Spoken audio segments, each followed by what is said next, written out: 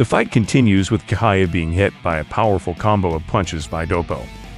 The Rikishi didn't have time to dodge it and received all these blows directly to the chest. This caused him multiple internal fractures. The crowd is very happy with what they are seeing and continues to support Doppo. But suddenly Kehaya makes a move that manages to take Doppo by surprise. Kehaya takes advantage of the fact that he has managed to get his hands on Doppo and quickly begins to strangle him using his legs. This is a classic move known as the triangle choke. Everyone is surprised because they didn't know that in ancient sumo this type of technique could also be used. The narrator tells us that the triangle choke existed in ancient martial arts and was used as a last resort. Despite suffering heavy neck pressure, Doppo doesn't seem impressed by this.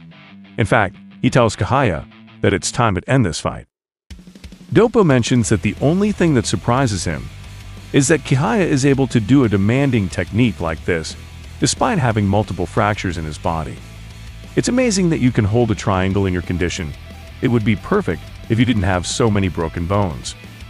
With these words, we can understand that Kehaya, having serious injuries, is not strong enough to subdue his opponent. Doppo takes advantage of this and grabs Kehaya by the ears and pulls them so hard that he rips them off. The audience was shocked. It was the first time they had heard the sound of human flesh being torn by a man's hands. Everyone in the arena, including Tokugawa, was shocked. Doppo didn't waste a second and hit Kehaya in the ribs with his fingertips. It was as if he was trying to stab the Rikishi using only his hands. Kehaya falls to the ground after receiving this attack. Even he didn't know what had just happened. I like that this was quick. Doppo didn't give Kehaya a chance to even think he could turn the situation in his favor. And well, Tokugawa raises his hand and officially declares Doppo the winner of the match. The crowd cheers and applauds the impeccable performance of this great fighter.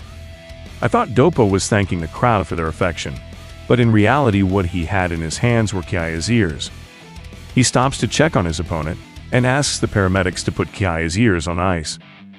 Doppo tells Kehaya that he will introduce her to a good doctor to help him with that. He probably means the doctor who operated on his hand some time ago. Kehaya says he now understands that he had lost from the beginning. That first blow had already decided the end of the fight. He says that next time he will be more careful.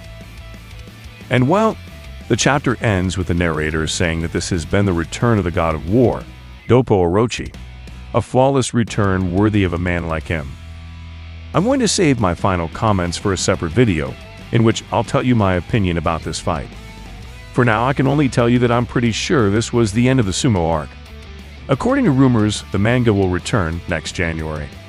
But anyway, if you remember correctly, Baki Hanma made his return on a date similar to that. Maybe in January we can finally see the long-awaited arc of the biting cyborg. But well, this is just my opinion. Don't forget to leave me yours in the comment box. And well friends, thanks for watching the video. Don't forget to subscribe if you liked it. I hope you have a nice day or night. See you soon.